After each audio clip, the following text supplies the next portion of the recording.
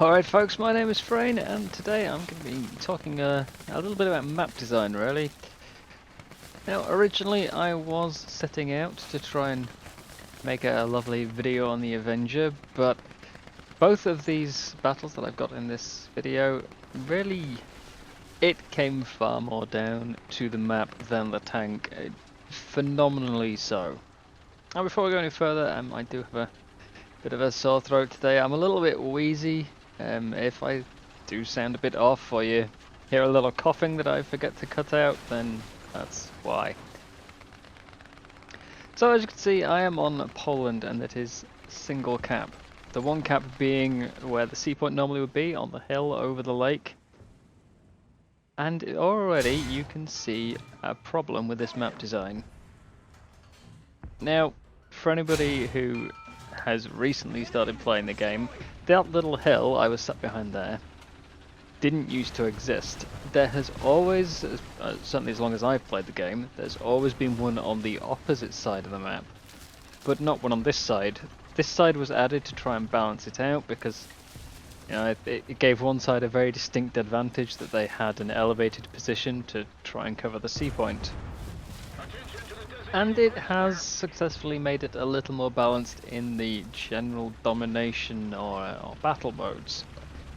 But in this particular conquest mode, it's possibly just made things a whole lot worse. Now both sides have a position they can easily get to that can cover the approach up to, well, on this, up to the A cap. And it is ridiculously exploitable from both sides. Now, early on, you can move there, you can get a few shots on some of the slower tanks trying to drive up the hill towards the cap. But after that, if you run out of targets or you don't fancy sitting around, you can quite comfortably do this. Just take a lovely stroll through the town.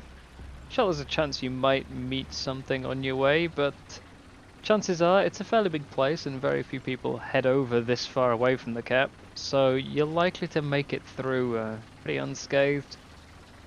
Then you'll get to the other side, you'll find a few players sitting on the ridges, like this SA-50 French Sherman up here. And once you've eliminated them, not only do you have a free field of fire to shoot at the cap and at everything driving up to the cap, but, and this seems to be a recurring problem with a lot of the War Thunder maps lately, you also have a complete free reign of fire over the enemy spawn. Now I do think it's a little worse on this particular side that I'm at now. There is minimal cover for the spawn, and basically the moment people appear, they're going to be vulnerable. Of course, this is made worse by the fact that the people shooting into the spawn are going to be doing it from an elevated, covered position. I know, obviously, this is going to trigger a few people.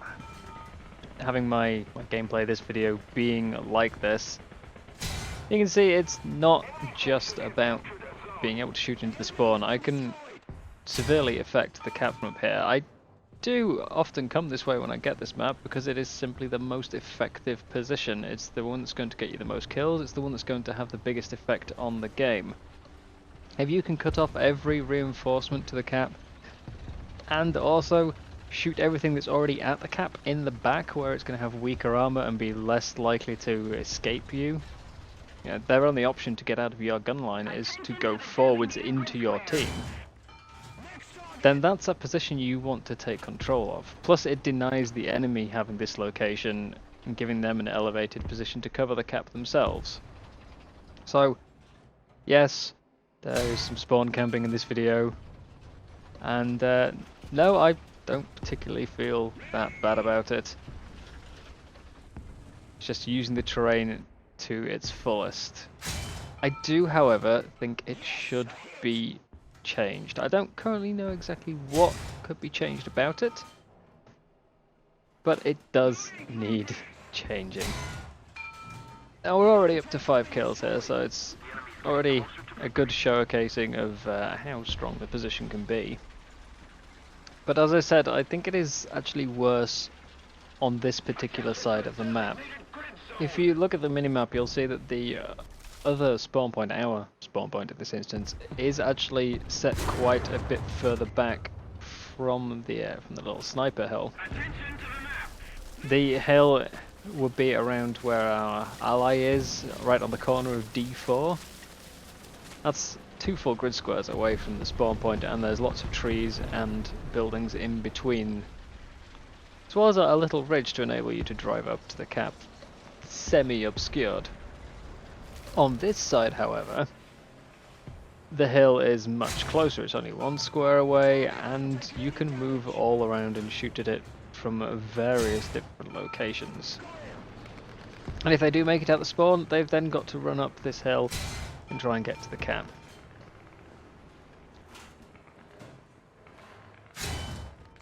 Not my best shooting, a little low.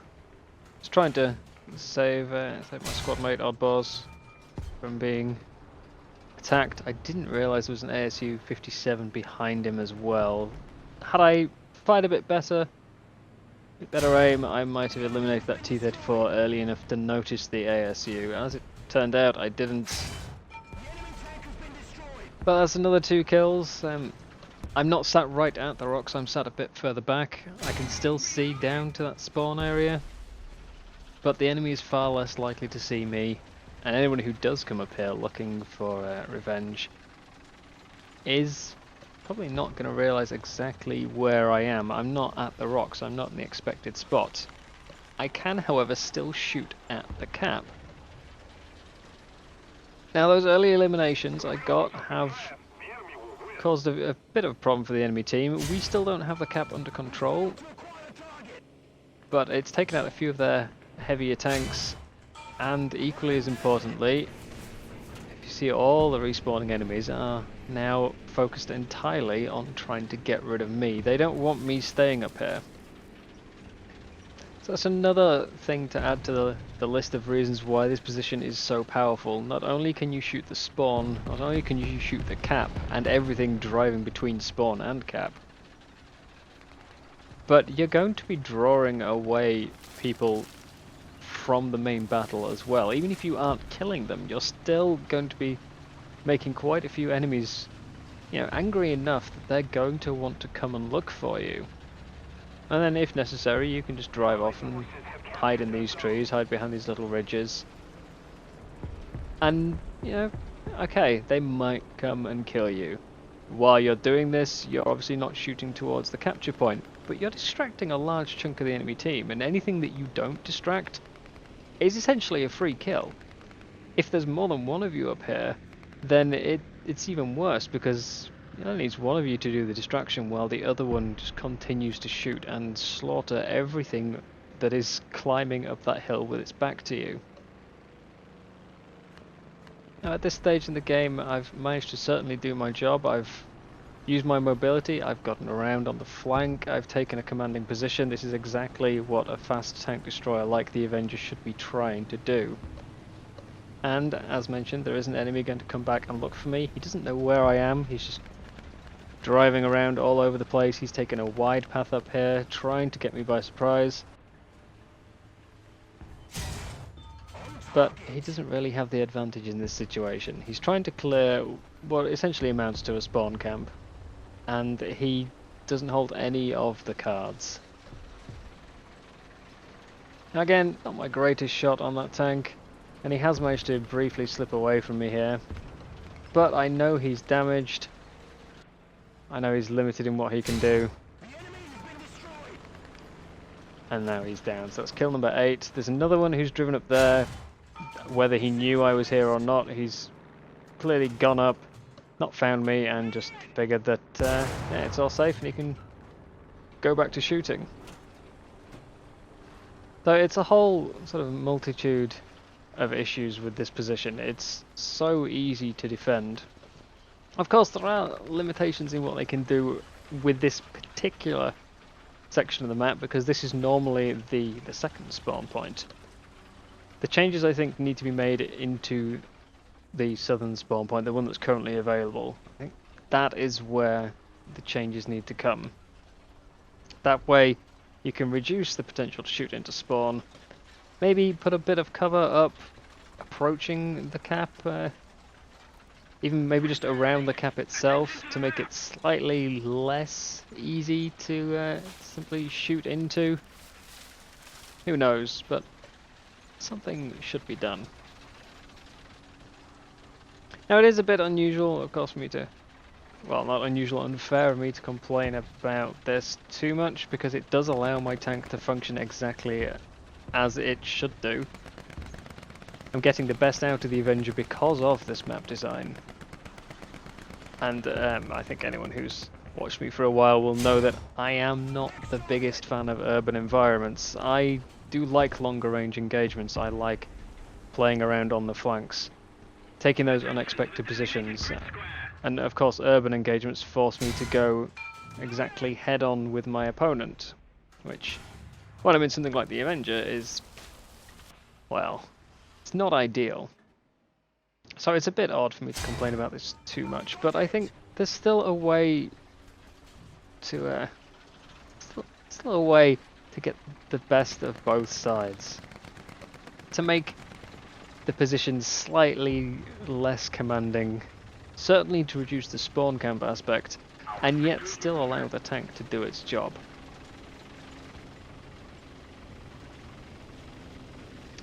Now, in the context of this particular battle, everything has been pretty much slimmed out now. Anything that was trying to look for me has already died. We've got the cap well under control, partly, of course, thanks to my team's efforts to push up there, and partly because I've been drawing away quite a large portion of the enemy's players. It's given us the capability to get over there, but then here again you can see is that Hetzer, who was trying to drive up the hill and started getting attacked. Not by me this time, or certainly not initially, but Hetzer got attacked by someone who was over here, and he's had to turn himself to face and try and survive, which then puts him at further disadvantage towards the cap and the bulk of the team. It only takes one or two out here to really cause the problem.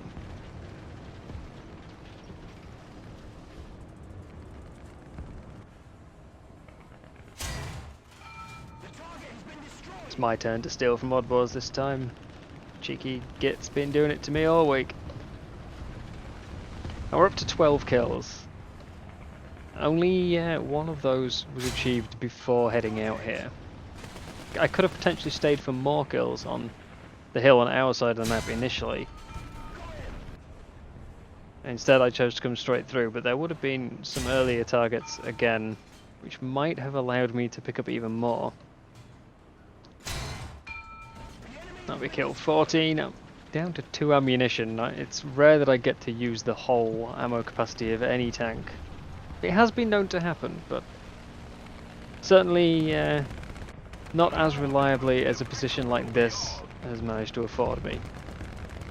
Now, 2 ammo left, 2 smoke shells, and we're finally starting to draw to a close on this battle. Still plenty of kills available. There's another 29k hull break through the engine. 17 pounder is actually pretty reliable at hull breaking. It is a good gun. I still would rather have the American 76 or the Russian 85, but the 17 pounder is a good gun.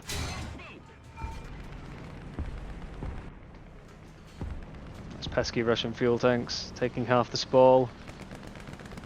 If I'd shot a bit higher, or maybe just had a bit more luck with the spalling, that could have been kill number 16.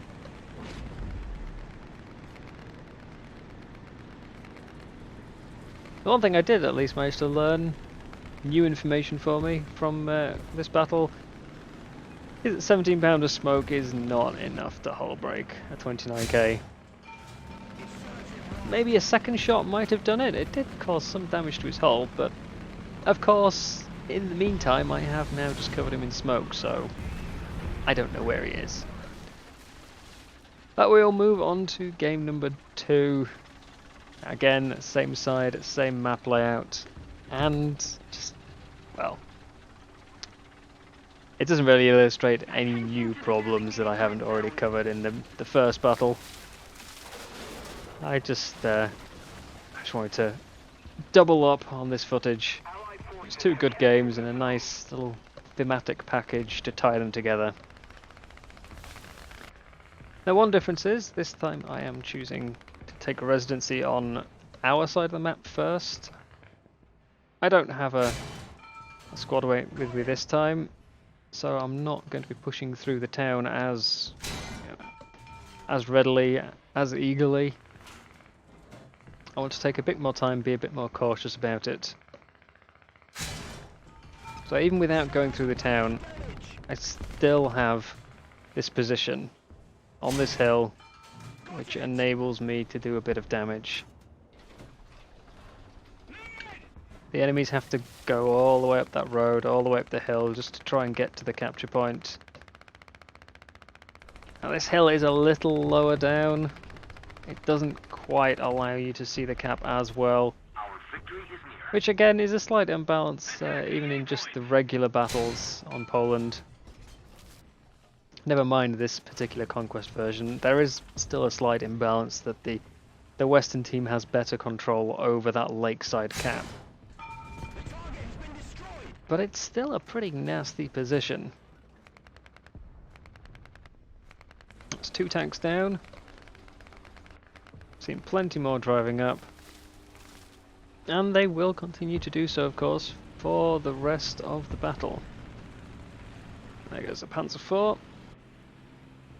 A little more risky on this particular hole in the rocks. I'm showing a lot more on my hull if anyone wants to take a shot at these bushes. That's Panzer IV crippled. A couple of follow-up shots, getting the range just right.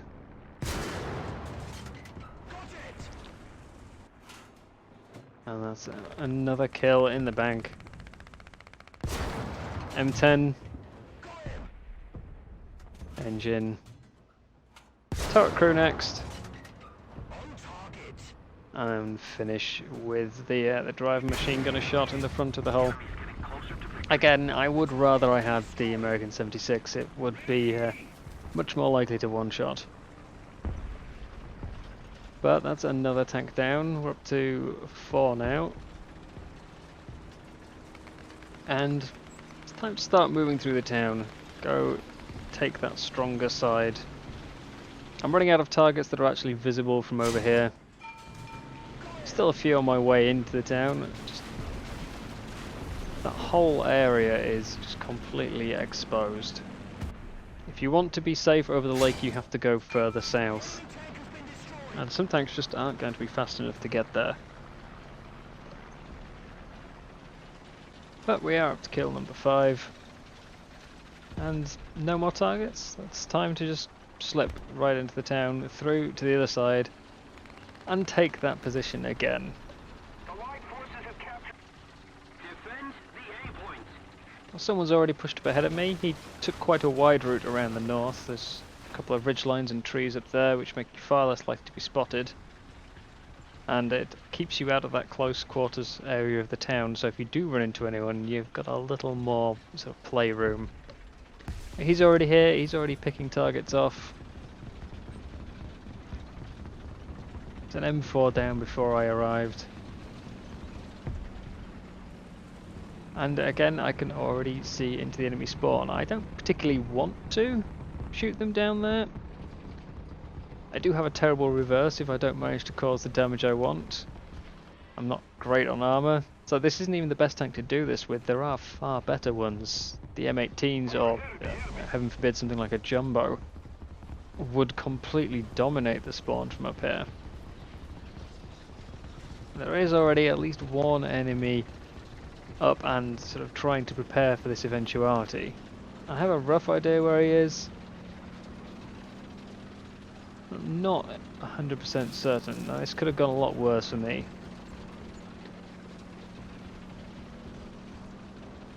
There he is. Actually had a line of sight on him slightly sooner, but didn't notice. I was too busy looking around the edges of my screen. But now, this hill is all mine. There's a few angry anti-aircraft down there. And I can start to sort of kill at will. If anything does start looking my way, I spin, I go back into the trees. And I wait for them to show up.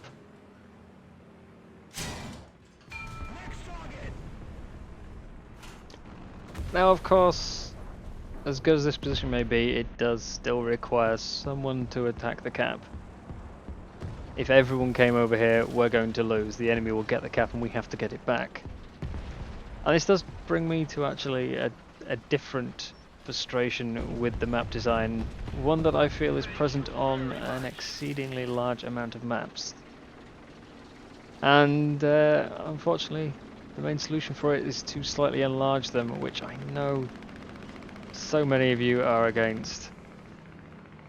And this particular problem is that, okay, I have got halfway essentially through a flank. I'm around the side of the enemy. Now what if I want to drive in behind them? What if I want to approach the cap from the rear? Now obviously it's already not the most advisable action, because, well, that's putting my back towards the enemy's angle of approach. But the problem I'm talking about is that on this map, and many others like it, the flanking route, the only way around this lake to make a full flank and come in behind those people at the cap, rather than doing what I'm doing here and taking them out at long range, is that I actually have to drive through the enemy spawn. It's not just spawn camping, I would actually have to be in it, both with the time limitations that are potentially going to kill me if I don't move out fast enough, if I get tracked or something like that, with the restriction that I am now going to be marked on the map, and of course being ever so slightly visible to any respawning players. It would be nice to have a full flanking option which doesn't require going through the spawn. It's one of the reasons I rarely go up to that capture point myself when I play this map in the normal domination mode. Aside from how easy you are to be picked off on your way up, you have no way back. Once you're up there, you've got to stay there. There's just no way back down. And that, again, is a design flaw. Which is a shame, because I actually think Poland is one of the better maps in the game. It's certainly one of the ones that I don't see pop up and go, ugh. You know, there are a lot of maps where you just hate seeing it pop up when your queue appears. And Poland isn't one of those. It's certainly not without its problems. Now, of course, thankfully, most of my team does still go to the cap. It's actually slightly easier to approach the cap initially on this Conquest version than it is on the Domination, because at least the enemy has to drive up to this hill if they want to try and stop you getting to the cap. On Domination, they already spawn up here, and any attempt to drive to that cap is going to be met with quite a bit of firepower. So it does have that one upside. Now once someone or a couple of people are up here to lock down the approach to the cap, it's pretty easy to win this with even just a handful of people pushing at the capture point itself. So, sorry for the rather large amount of spawn killing and sort of dirty play in this video, but two high score games both very clearly highlight one of the flaws in one of the better maps. In the meantime, thank you very much for watching, hope you enjoyed, and we'll see you next time.